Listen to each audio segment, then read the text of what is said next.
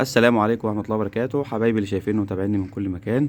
أسعد الله صباحكم بكل خير. إن شاء الله النهاردة هنتكلم زي ما وعدتكم في الحلقة اللي فاتت، هنتكلم عن طريقة إكسار نبات الريحان أو شجيرة الريحان. اتكلمنا طبعا في الحلقة اللي فاتت عن ازاي إن احنا نهتم بيها، ازاي تخلي عندك نبتة ريحان قوية، ريحتها كويسة، طعمها يديك مذاق طيب. النهارده ان شاء الله هنتكلم زي ما قلنا على اكسار النبات. طبعا الاكسار ليه اكتر من طريقه، انا بعتمد منهم 3 طرق. الطريقه الاولانيه اللي هي الشائعه، زراعه النبات او اكساره عن طريق البذور. طبعا البذور بتنتج من الشماريخ اللي هي بتطلع في النبات زي كده بالظبط. بس طبعا الزهور دي المفروض ان هي بتنشف بعد فترة، وبتطلع منها البذور بيكون لونها اسمر كده، البذر اسمر يعني.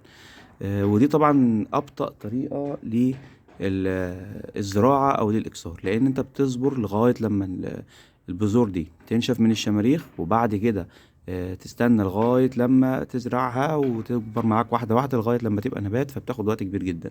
طب الطرق التانية ايه والاسهل والاسرع وطرق كويسة ومعتمدة برضو، اللي هي الزراعة بالعقل. ان انا اعمل عقلة، ان انا اخد جزء من النبات من هنا مثلا كده، اقطع الجزء ده وازرعه. مثلا انا معايا جزء اهوت زي كده، الجزء ده انا بزرعه ازاي؟ بالعقل. الاول انا بنضف الاجزاء اللي تحت دي، وبخلي فيه جزء كويس من الساق زي ما حضراتكم شايفين كده. تمام. الطريقه الاولانيه ان انا بحطه في ميه مباشره، انا بحطه في ميه زي ما حضراتكم شايفين كده، احطه في ميه. طبعا حوالي المده مثلا من حوالي 10 15 يوم، احطه في الميه كده. هو بيعمل جذور لوحده، بعد ما يعمل جذور بنقله في تربة زي كده مثلا. طيب عشان اوريكم عملي، انا فعلا عامل عندي شتلة زي دي كده، ما شاء الله. شايفين الجذور؟ ما شاء الله، الله اكبر. شايفين الجذور عاملة ازاي؟ ودي نبتة الريحان اهيت، كانت جزء صغير خالص زي ما حضراتكم شايفين كده. بسم الله ما شاء الله، طلع لها جذور قد ايه. دي الطريقة الاولانية. طبعا انا هاخدها دلوقتي هزرعها. تمام. بس قبل ما هزرعها عايز اوري حضراتكم حاجة، طريقة تانية للزراعة او للاكسار.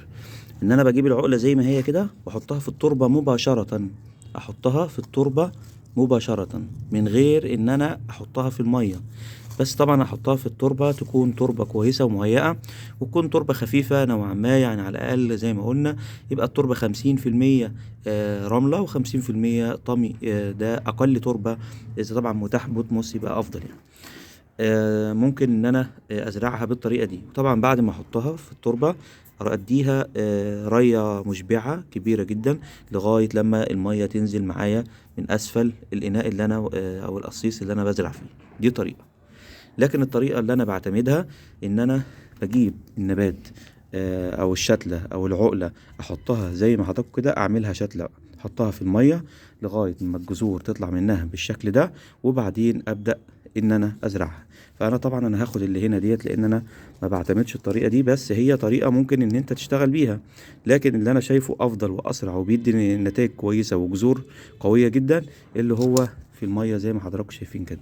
فانا هنا بقى عندي 3 شتلات من نبات الريحان. خلال 15 يوم ان شاء الله يكون عندي نبات كامل، اوراق كويسه وجذور قويه جدا زي ما حضراتكم شايفين كده. بسم الله ما شاء الله، من غير ما تحط لسه في اي تربه، يا دوبك في الميه بس. بسم الله ما شاء الله زي ما حضراتكم شايفين كده. خلال 15 يوم هيكون عندي نبات كامل بالساق، الاوراق، الجذور بتاعته.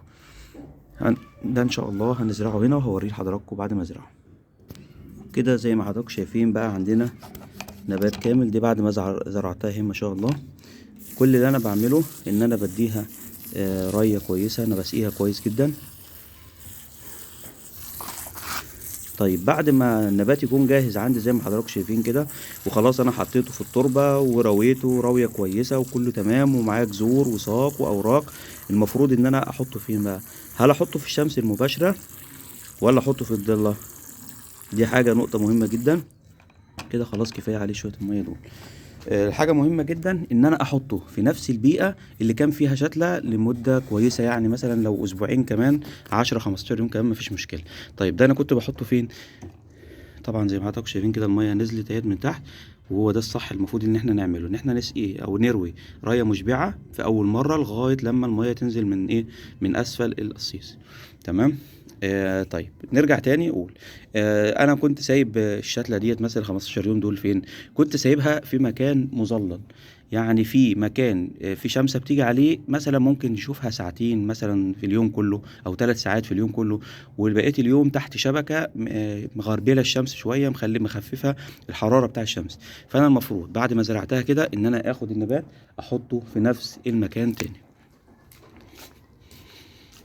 طيب ناخد النبات كده نحطه في الوقت في المكان ده لغاية لما يبدأ يكبر إن شاء الله. وكده احنا اتكلمنا عن كل طرق زراعة نبات الريحان إن شاء الله. أتمنى الحلقة تكون عجبتكم والفيديو يكون عجبكم، وأتمنى إن شاء الله يكون كل نباتاتكم بصحة كويسة وتكون مزهرة إن شاء الله ومزدهرة. لو عجبك الفيديو ما تنساش تضغط على زر الإعجاب. لو مش مشترك في القناة اشترك عشان تشوف الفيديوهات الجديدة إن شاء الله، وتتابع قناتنا واضغط على زر الجرس عشان تجيلك الفيديوهات الجديدة أول بأول. والسلام عليكم ورحمة الله وبركاته.